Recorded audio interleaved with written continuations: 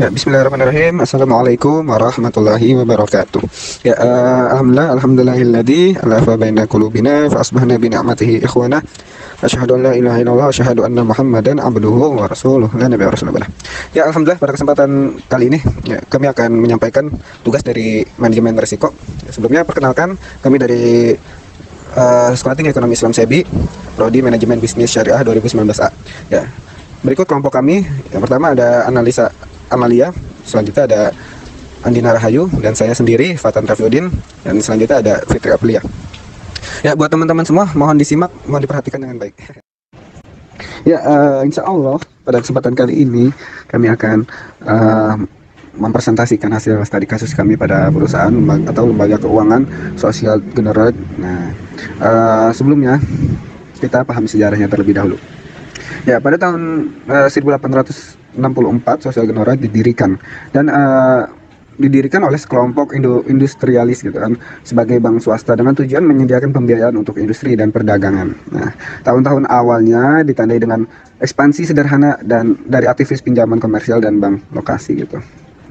Tapi masih sedikit minat dalam pengambilan simpanan tersebut, simpanan atau layanan perbankan retailnya.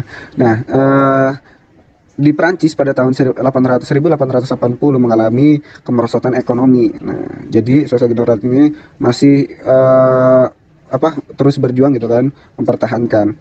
Nah, pada Perang Dunia Pertama, Perang Dunia Pertama, Social Generate ini memantapkan kehadirannya pada di internasional gitu kan, terutama di London dan New York gitu. Tuan, bank swasta tersebut atau bank Social Generate menjadi bank terkemuka di Prancis. Ya, pada tahun 1930-an, nah, Prancis kembali mengalami kemerosotan ekonomi. Ya, ini pada Perang Dunia Kedua gitu kan, dan Social Generate berupaya membangun kembali setelah perang gitu kan.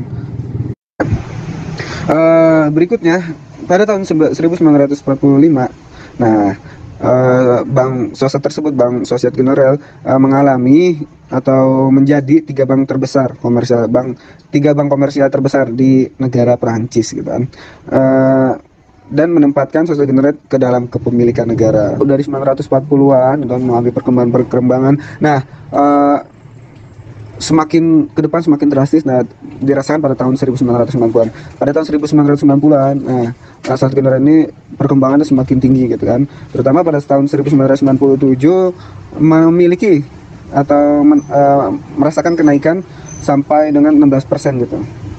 Dan mendapatkan pendapatan sampai 933 juta dolar gitu kan. Terus pada tahun 1999, laba bersih gitu kan melonjak tinggi sampai 708 juta. Ya, ini ya bisa dihitung 35% lah dari sebelumnya gitu kan.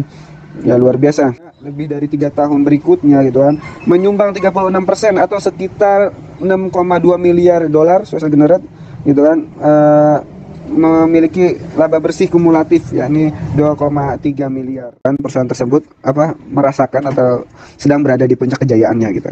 Nah, pertama pada tahun 2003 gitu kan, nah, laba bersihnya naik menjadi 1,1 miliar.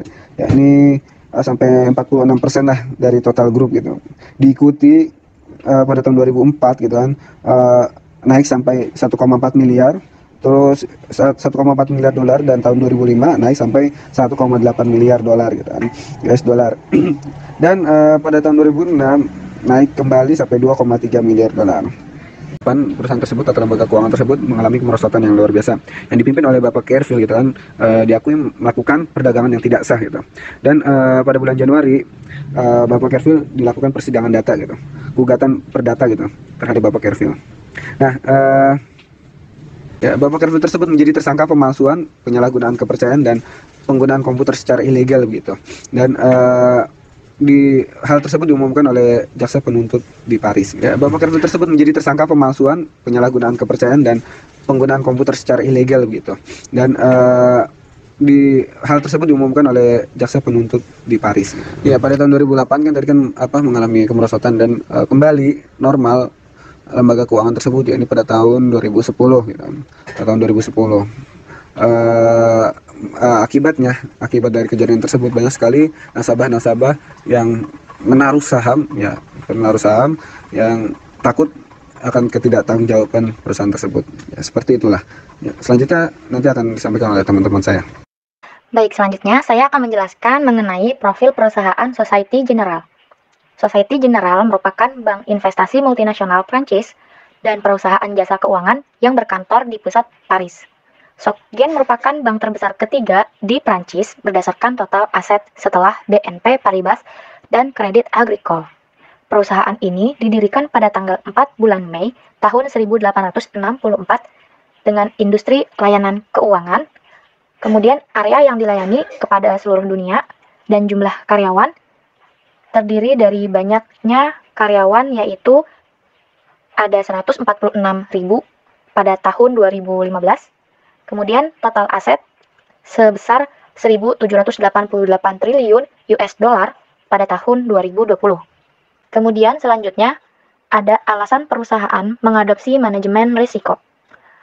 Alasan dari perusahaan mengadopsi manajemen risiko adalah agar tidak terjadi kembali permasalahan besar yang pernah terjadi dan sekaligus meminimalisir risiko yang akan datang. Oke, saya Analisa Amalia akan melanjutkan slide berikutnya tentang pembahasan bentuk penerapan manajemen risiko. Yang pertama, penguatan pengawasan kantor depan GEDS. Yang kedua, penguatan kontrol kantor tengah. Yang ketiga, penguatan kontrol akses sistem dan TI. Yang keempat, penguatan tata kelola. Yang kelima, strategi transformasi 4 bagian. Yang keenam, ada pembentukan 2 komite. Selanjutnya ada manfaat manajemen risiko. Meningkatkan stakeholder forward, menyediakan informasi risiko masa datang. Meningkatkan pengambilan keputusan yang sistematis. Dengan memperbaiki kepolosan risiko, maka SocGen dapat bangkit dan menjadi bank terbesar ketiga di Perancis hingga saat ini. Baik, saya Fitri Aprilia akan melanjutkan pembahasan di slide berikutnya, yaitu mengenai permasalahan-permasalahan yang mengakibatkan sebuah manajemen risiko tidak dapat diterapkan secara baik. Yang pertama ada masalah supervisi manajerial. Manajemen perdagangan GETS memiliki tanggung jawab utama untuk terus memantau mempelajari posisi perdagangan, melakukan analisis harian tentang koherensi risiko, laba dan posisi, dan memastikan bahwa semua transaksi mematuhi kebijakan dan batasan departemen.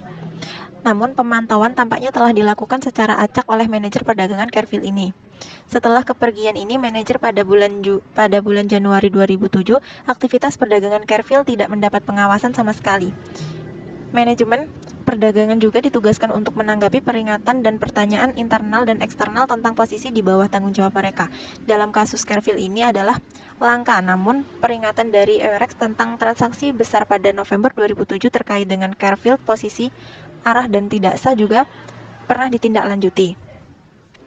PwC mencatat secara parti bahwa ketelitian pengawasan kantor depan DLP berkurang seiring dengan volume perdagangan meningkat, memungkinkan aktivitas yang tidak sah seperti perdagangan per hari, peralatan PNL, dan perpindahan posisi antar pedagang berkembang biak. Permasalahan yang kedua yaitu mengenai lingkungan kontrol. Kerangka kontrol utama di mana Kerfil beroperasi memiliki sejumlah masalah yang serius. Di antaranya yaitu 1. Tidak ada batasan pada volume transaksi nasional atau pergerakan uang tunai. 2. Pembatalan perdagangan, modifikasi tanggal mulai yang ditangguhkan, dan ketentuan adalah tidak dikenakan pengecualian pengobatan. Yang ketiga yaitu ada pemisahan tugas yang tidak memadai antara kantor depan DLP dan kantor tengah. Kerfil dapat mengubah dan membatalkan perdagangan sesuka hati di GETS sistem transaksi dan membuat ketentuan yang menyembunyikan haknya. Kemudian kebijakan dan prosedur untuk eskalasi kekhawatiran tidak jelas atau tidak ada. Dan yang terakhir, tidak ada kebijakan yang menentukan hari libur minimum berturut-turut. Kemudian kerangka kontrol sekunder yang mendukung DLP juga memiliki masalah yang serius. Di antaranya, yang pertama, dukungan back office GETS untuk DLP dipisahkan menjadi 4 operasi yang berbeda kelompok, yang tidak berkomunikasi satu sama lain, yang prosedur mengharuskan mereka untuk mengangkat dan menyelesaikan, tetapi tidak mempertanyakan yang terkait dengan perdagangan Kerfil. Kemudian, grup manajemen risiko rekanan Société Générale diharuskan untuk mengangkat dan menyelesaikan masalah paparan, tetapi tidak ada untuk memvalidasi penyebab atau solusi. Grup ini mengajukan 20 pertanyaan yang mereka anggap diselesaikan oleh Kerfil secara amandemen. Poin selanjutnya yaitu manajemen risiko pasar. Société Générale melakukan pelaporan risiko dan peran penasehat tetapi tidak melakukan pengawasan perdagangan. Akibatnya mereka tidak terlibat dalam pemantauan peringatan dan aktivitas tidak biasa yang dibuat oleh posisi tidak sah. Dan yang terakhir yaitu selama tahun 2006 dan 2007, back office gate secara kronis kekurangan staf karena hingga pergantian karyawan yang tinggi sementara volume perdagangan DLP berlipat ganda, jangkauannya produk yang diperdagangkan berlipat ganda, dan jumlah pedagang meningkat dari 4 sampai 23. Kemudian permasalahan yang kedua yaitu keandalan sistem. Sistem transaksi gate juga memiliki kekurangan yang serius. Di antaranya yang pertama, protokol keamanan rusak diperbolehkan Kerfil untuk terus akses dan perubahan catatan sistem setelah dia promosikan dari kantor tengah ke depan kantor. Yang kedua yaitu akurasi kronis, keandalan, dan masalah ketepatan waktu mempengaruhi operasi dan personel. Resiko untuk mengharapkan kesalahan sistem menjadi penyebab pemerosotan pengecualian bukan aktivitas yang mencurigakan. Dan yang terakhir, laporan harian pergerakan uang tunai dari margin ke komisi broker dikumpulkan di seluruh portofolio. Kemudian permasalahan yang selanjutnya yaitu budaya yang peka resiko.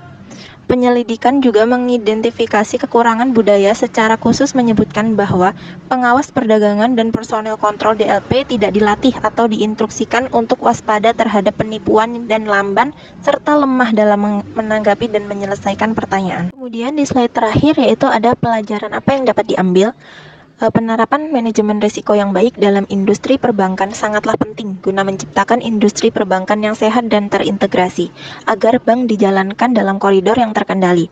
Selain itu, penerapan manajemen yang tertib dan sistematis juga akan menciptakan industri yang semakin sehat.